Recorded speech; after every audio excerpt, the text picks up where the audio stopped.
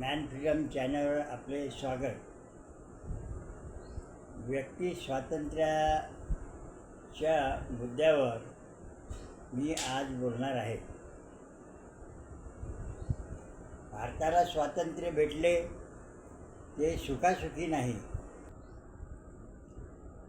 स्वातंत्र्याकरिता अनेक हुतात्मे झाले आणि त्या सगळ्या हुतात्म्यांचा उद्देश काय होता, तर या देशातील प्रत्येक माणूस हा स्वतंत्र असावा, त्यांच्यावर कोणतेही कायद्याचे बंधन नसावे. व्यक्तीच्या स्वातंत्र्यामुळे देशाची, गावाची व व्यक्तीची प्रगती होते.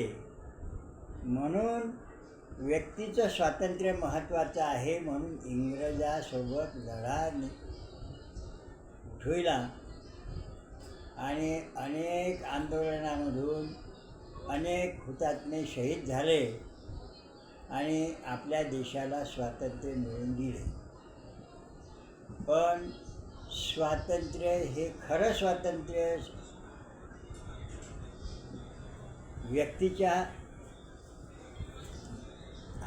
व्यक्तीला आले नाही.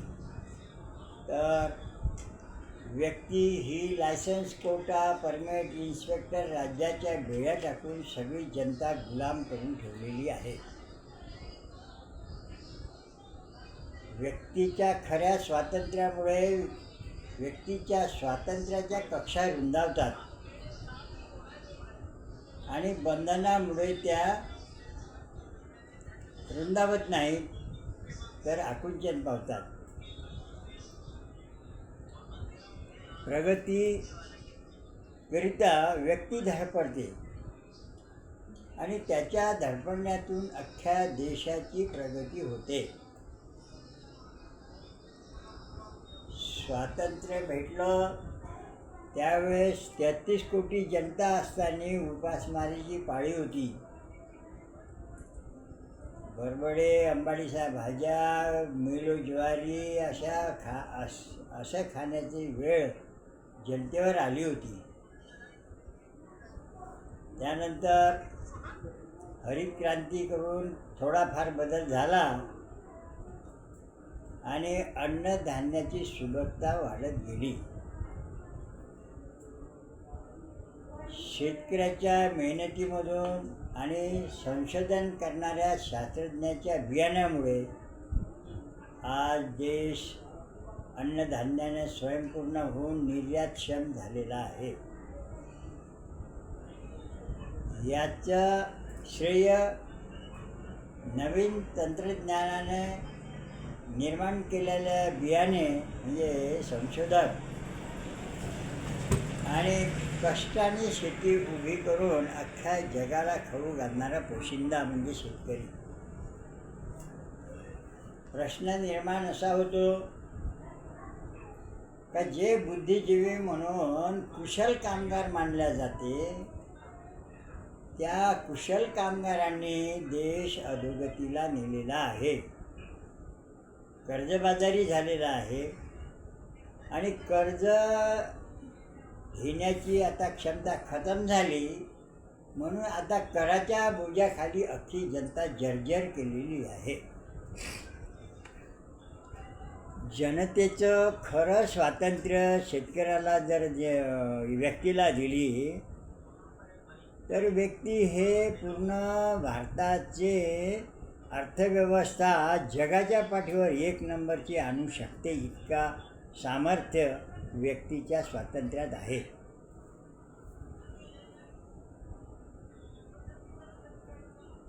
या गुलामगिरीच्या अवस्थेमध्ये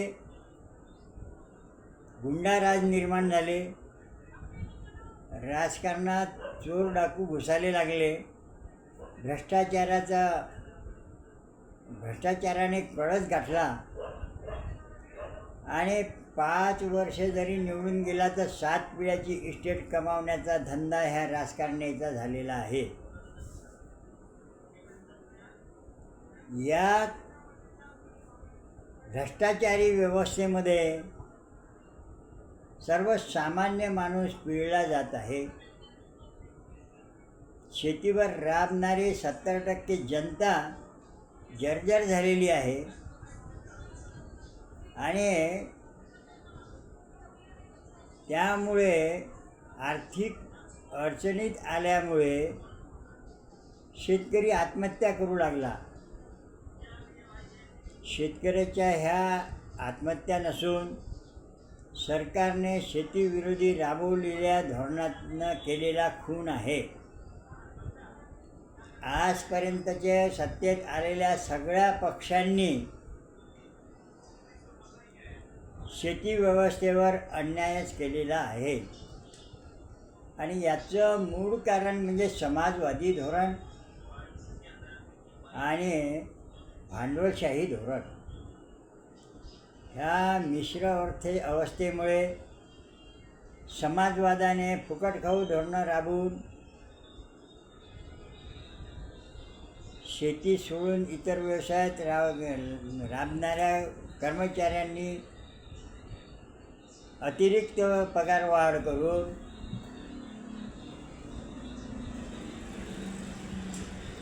शेवटी शेतकरीच लुटला आहे.